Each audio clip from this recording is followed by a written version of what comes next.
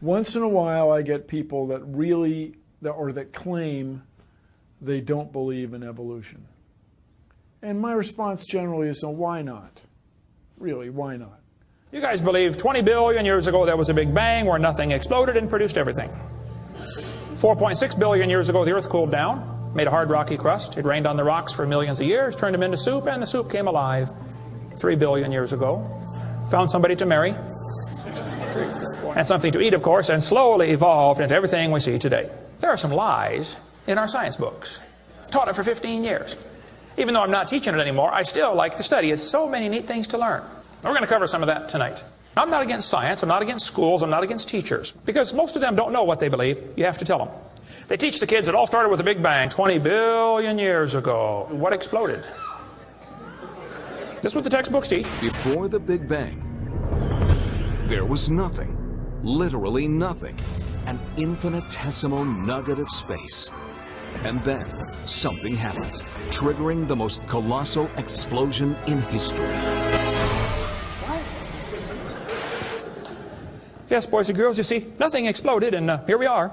So I asked this professor if I could ask him some questions about the Big Bang. I said, where did all this matter come from? He said, well, we don't know that for sure. I said, well, sir, would you please tell me where the laws came from? The universe is run by laws, gravity, centrifugal force, inertia. Who gave the laws? He said, we don't know that either. I said, sir, could you tell me where the energy came from? You know, it takes energy to make a big bang. Who bought the gas to run this machine anyway? He said, we don't know that either. I said, sir, could I ask you another question? He said, sure. What else would you like to know? Else? What do you mean else? You haven't told me nothing yet. I said, does Berkeley have a merry-go-round? You see, if a spinning object breaks apart in a frictionless environment, the fragments will all spin the same direction. The professor said, yes, I understand about the conservation of angular momentum. I said, well, good. I'd like to ask you a question then, sir. If the whole universe began as a swirling dot, like you said, why do two planets spin backwards? He said, that's interesting. I said, no, that's more than interesting. It's kind of hard on your Big Bang Theory. Not only that, 6 of the moons are spinning backwards. Why? He said, I don't know. Why do you think they're going backwards? I was hoping he was going to ask that. I said, okay, now, sir, hold it. If I told you that I believe God created the heaven and the earth, like the Bible teaches, you're going to say, and where did God come from? And I don't know. But you said, well, we don't know that for sure. We don't know that either. Don't tell me my theory is religious and yours is science. Oh, no, sir, they're both religious. Evolution is a religion. You have to believe. So I asked the professor, where did the matter come from? He said, I don't know. So basically, I believe in the beginning God, and you believe in the beginning dirt. One professor was getting kind of upset about this time. He said, Mr. Hovind, there are hundreds of varieties of dogs in the world. He said, you mean to tell me that you believe all these dogs came from 2 dogs off a Noah's Ark? You expect me to believe that? I said, sir, would you look at what you're teaching your students? You're teaching your students that all the dogs in the world came from a rock. Charles Darwin was disciplined. I mean, he did these extraordinary experiments, this series of experiments. Then they're going to tell the kids, well, we have evidence for this theory. Charlie Darwin stopped off at these islands right there called the Galapagos Islands. Charlie studied the birds very carefully and said, you know what? I think all these birds had a common ancestor. I bet you're right, Charlie. It was a bird. You see 14 kinds of birds, and you conclude that birds and bananas are related. Here are these ancient dinosaur bones or fossils. They tell the kids they have evidence of evolution from fossils. I don't think so. If you find a fossil in the dirt, all you know is it died. You don't know that it had any kids. And you sure don't know that it had different kids. You bring in a bone to the judge. Judge, I found this bone in the dirt. This is the ancestor of all the humans today. They would laugh at you. You don't know that that's the ancestor of anybody. And why on earth would you think a bone in the dirt can do something animals today cannot do? They'll say, boys and girls, you have 2 bones in your wrist, radius and ulna. And boys and girls, look at the whale's flipper carefully. Did you know the whale has 2 bones in his flipper? And they're called the radius and the ulna? Same as ours. Wow. Who named them, teacher? The whale? Think about it. I'm here to tell my people it's time to stop believing bull just because tell you bull with a straight look on their face. Evolution say people came from monkeys, and the question is, why is there still monkeys? Is these the retarded monkeys? They didn't turn into people just yet. Even Stephen Gould admitted the absence of fossil evidence for intermediary stages is a persistent and nagging problem for evolution. See, what's happened, these guys have looked for missing links in the fossil record. They can't find any, and so they say, well, maybe evolution happened so fast it wasn't preserved. Maybe a reptile laid an egg and a bird hatched out. Well, who did that bird marry? This process that brought us to be is billions of years old. It happens very fast, billions of years fast. Here is radioactivity. We're going to tell the kids in the late 1940s they invented carbon dating. We're going to explain a little bit about radiometric dating and how it's supposed to work, and then show you that it does not work, okay? It sounds good, but there are some assumptions that mess everything up. If we had walked into a room and found a candle burning on the table, and I asked you the question, when was it lit? You say, I don't know, Mr. Hovind, it was burning when I got here. Okay, well then let's do some empirical science. Let's measure the height of the candle. Suppose the candle is 7 inches tall. Who can tell me when it was lit? Okay, nobody. Let's do some more empirical science. Let's measure the rate of burn. Suppose we determine it's burning an inch an hour. When was it lit? You're going to have a hard time telling me unless you're willing to make some assumptions. You find a fossil in the dirt, you can measure how much C14 is in it. Very accurately, by the way. And you can measure how fast it's decaying. That's just like measuring the height of your candle and how fast it's burning. Now, when did that animal die? You don't have a clue. Here's what you ought to consider about carbon dating. Samples of known age, it doesn't work. If it's a sample of unknown age, it is assumed to work. It's just really a hard thing.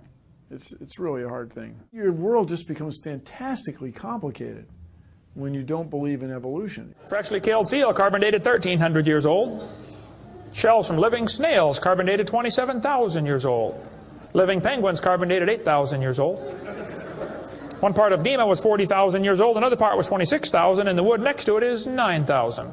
Then they tell the kids about the geologic column.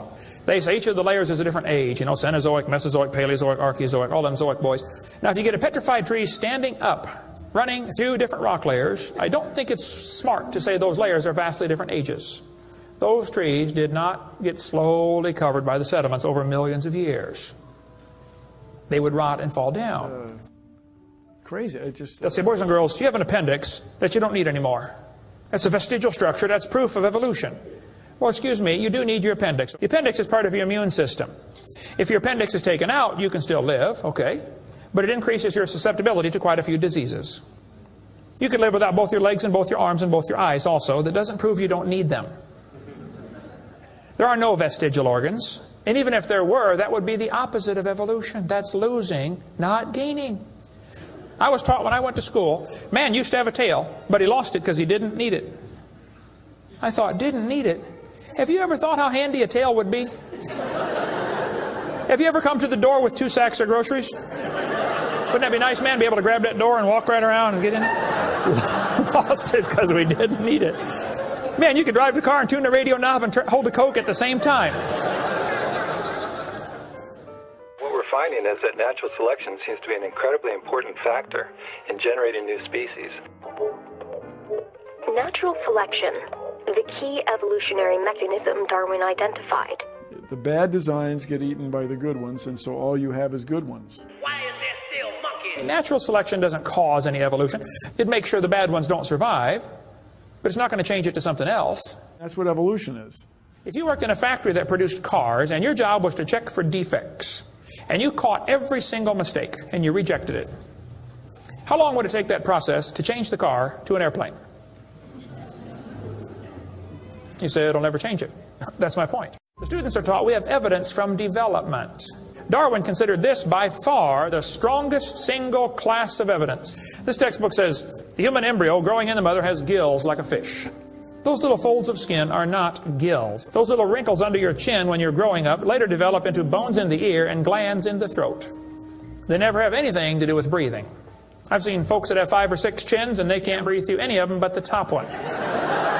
Those are not gill slits. Ernst Haeckel, though, said the turning point in his thinking was when he read Darwin's book. He made huge charts of his posters of his drawings of these embryos and traveled all over Germany and just about by himself converted the Germans to believing in evolution. Haeckel took a drawing of a dog and a human embryo and he changed them to make them look exactly alike. On top are Haeckel's fake drawings. Underneath are actual photographs of what he claimed he was drawing a picture of. Now either he's a lousy artist or he's a liar. Well, it turns out he's a liar. He was convicted of fraud by his own university, proven to be a fraud. But guess what?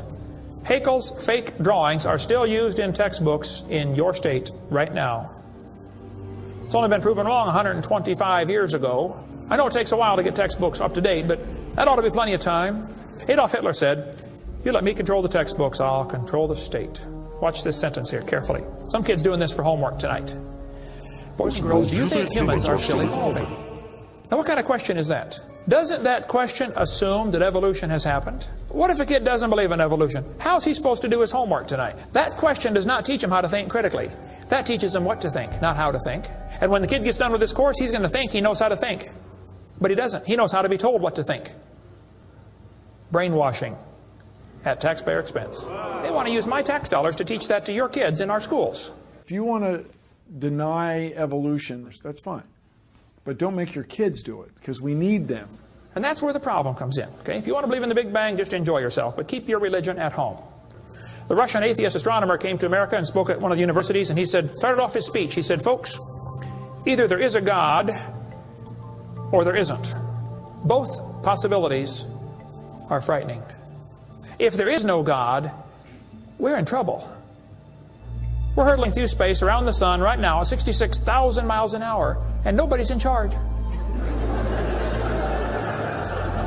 That's a scary thought.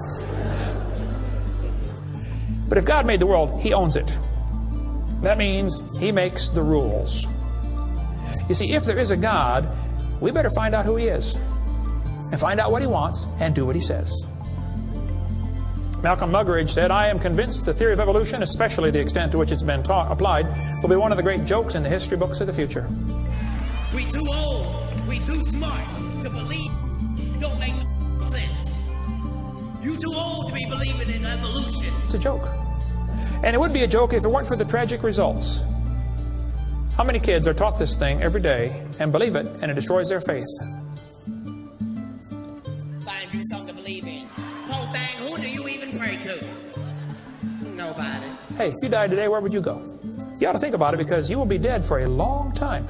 Doesn't matter how long you live, you're going to be dead longer than that. You know, George Washington died 200 years ago, and he's still dead. How much longer does he have to go? He's going to be dead for a long time. All you get in this life is a little bitty dash between two dates. Just a little, and it's gone. What are you going to do with your dash? Where would you go if you died? Now, if you're not sure you're going to heaven, you ought to give your heart to the Lord and get saved. Say, "Lord, you may have it," the whole thing. If you are saved, you ought to find something to do for the Lord.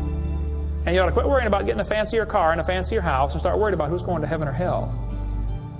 Maybe God gave you that good job so you can give some money to missionaries, not so you can build a bigger, fancier house. God loves you. God has a plan for your life. And if you don't want it, well, that's your business. But the devil is laughing at you for believing in that. But God loves you, and He wants you to come to heaven. And if you'd like to find out how to go to heaven, come see me. I'll be glad to show you. The Big Bang. Before the Big Bang, there was nothing. Literally nothing. Nothing created everything. The Big Bang is an amazingly difficult thing to wrap your brain around, which isn't surprising. 13.7 billion years ago, we think it was tiny. Nothing, literally nothing, was tiny. And then something happened. Nothing created all the matter we see in the universe today.